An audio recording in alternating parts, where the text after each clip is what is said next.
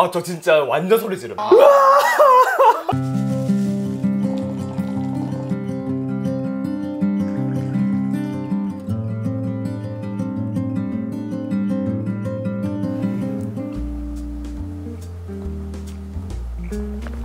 맛있어. 괜찮죠?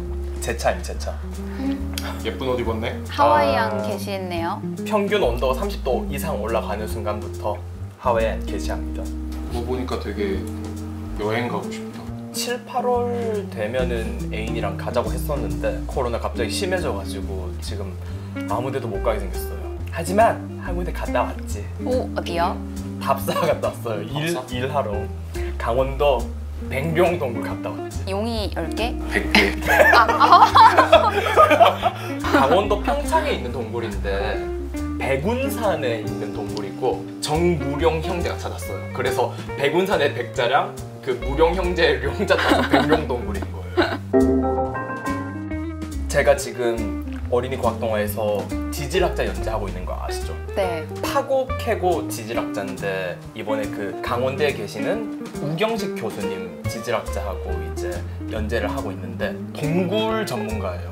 한번 답사를 가자 이야기가 나와가지고 이번에 백룡동굴로 교수님이랑 강원도청에 계신 교수님 제자분이랑 이렇게 가게 된 거예요. 동굴 좀 가본 적 있어요? 그래도 관광지에 유명한 동굴은 좀 가봤죠? 동굴 갔을 때 어땠어요? 저는 일단 어둡다. 어둡다. 그리고 좀 무섭다. 무섭다. 저는 사실 생각보다 어둡지 않고 어둡지 무섭지 않고 그랬어요. 왜냐면 조명이 다 설치돼 있고 그쵸. 계단이 다 이렇게 그쵸. 잘 되어 있으니까. 그런데 백룡동굴은 재밌는 점이 그런 파괴를 최소화한 동굴이에요. 그래서 들어갈 때 장비부터 착용을 해요. 가이드가 무조건 있어요. 그래서 가이드랑 같이 가서 기어서 들어가는 거예요. 아, 그럼 지금 거기는 일반인들도 들어갈 수 있는 동굴인 거예요? 네, 일반인도 들어갈 수 있는데 예약제예요. 강원도 평창에 있어요. 동강 바로 앞에 있어요. 그래서 들어가려면 이제 그 배를 타고 들어가는데 들어가서 이제 잠겨있는 문을 열고 직접 들어가요. 문이 있구나. 네, 문을 열고 들어가면 이제부터 어둠이 시작되는 거예요. 총 연장이 1.8km 정도 되는데 저희는 개방된 구간만 갔어요. A굴이라고 해서 한 7, 800m 정도? 말이 800m지. 그치. 저희가 걸어서 800m를 가도 한 10분은 걸리잖아요. 네. 근데 동굴은 이제 어둡고 기어가야 되는 구간도 있을 거고 그렇게 되면은 꽤 왕복할 때 시간이 꽤 오래 걸렸을 것 같은데요? 2시간 반 걸렸어요. 기어서 통과해야 되는 구간이 한 3, 4곳이 있어요. 완전 좁은 구간인데 그 중에서 제일 좁은 구간을 개구멍이라 불리는 구간이 있어요. 그런데 이번에 갔을 때 그 전날에 비가 많이 내려가지고 그 개구멍이 침수된 거예요. 우와, 어떡해. 물이 차 있는 거예요. 보통은 이제 양수기로 빼는데 원래 영업을 안 하는 월요일에 가서 양수기로 안 빼서 물이 고여 있는 거예요. 그럼 잠수해가지고 들어가는 아, 잠수까지도 아니고 머리만 빼고 나올 정도인 거예요. 그래서 물에 젖어서 기어서 들어가.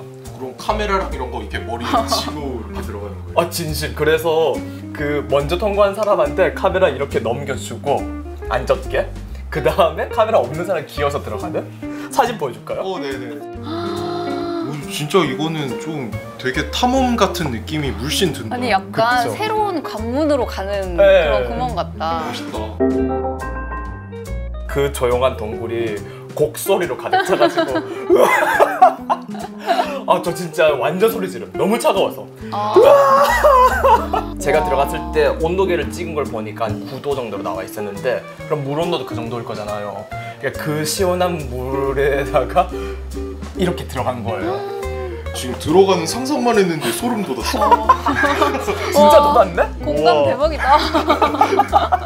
근데 개구멍을 잘 뚫었다고 생각이 된 게 안쪽으로 들어가면 되게 마지막에 넓은 광장이 있어요. 광장이라고 부르는 엄청 큰 공동이 있어요. 거기에 엄청나게 아름다운 여러 가지 동물 생성물들이 있는 거예요. 동물 생성물 기억나요? 이제 석회암이 녹아서 흐르다가 이제 빗물에 녹아서 흐르다가 다시 이게 침출되면은 이제 만들어지잖아요. 그래서 위에서 생기는 게 정유사. 아래서 이게 올라오는 게 석순. 석순. 그리고 이게 두 개 합쳐지면 석주. 석주. 그쵸. 기둥주자 써서 석주. 근데 여러 가지 엄청 많아요. 커튼 모양처럼 생긴 것도 있고 여러 가지가 있는데 마지막 그 공동에서 여러 가지 동물 생성물들이랑 석순, 석주, 뭐 종류석 이런 것들을 보고 나왔죠. 다시 그 길로 나오는 거예요. 교수님이 가는 길에 뭐 설명도 해주시고 뭐 그러시지 않았어요? 그쵸, 완전 설명도 많이 해주시고 본인이 잘 아는 곳이니까 본인이 탐험에 참여했던 곳이니까 설명도 엄청 풍부하게 잘해주시고 좋았죠.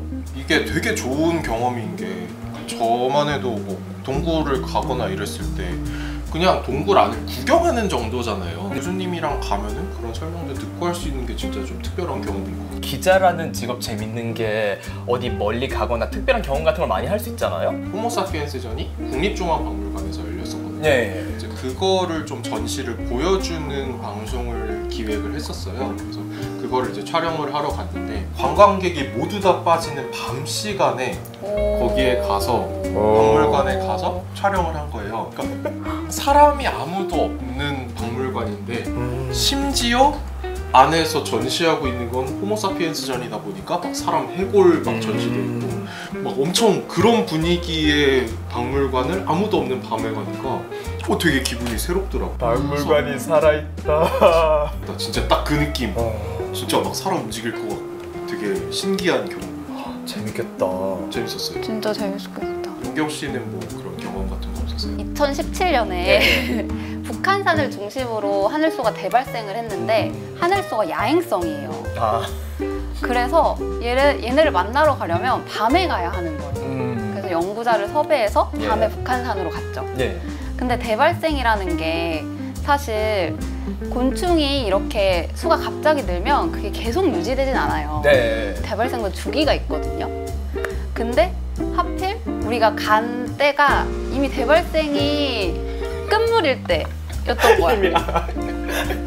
그래서 하늘소가 진짜 많다고 해서 찾아갔는데 막상 보니까 그게 약간 눈을 씻고 찾아도 없는 정도? 그래서 막 주차장도 가고 식당도 가고 그래서 여기저기서 이렇게 한 마리씩 찾았죠. 그런데 사실 취재를 제일 멀리 간 건 창욱 씨잖아요. 캐나다를 갔다 왔었죠. 와.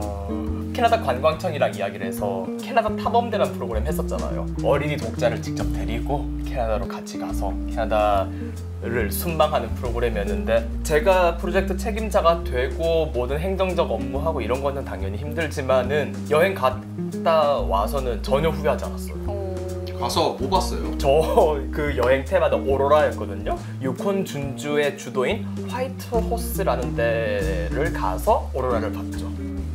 제가 갔을 때가 오로라 태양 활동의 극속이었어요. 그래서 오로라가 거의 안 보이네. 그래도 한 3일 정도를 봤거든요. 3일 정도 연속으로 봤는데 마지막 날엔 좀 보였어요. 어른 하는 게 보였어요. 그래서 저게 오로라구나 하는 거는 알 수 있을 정도로 그래도 엄청 좋았죠. 평생 못 볼 건데 오로라는 살아있다라는 걸 보고 왔죠. 오로라는 살아있다. 박물관이 살아있다. 하늘소는 살았었다.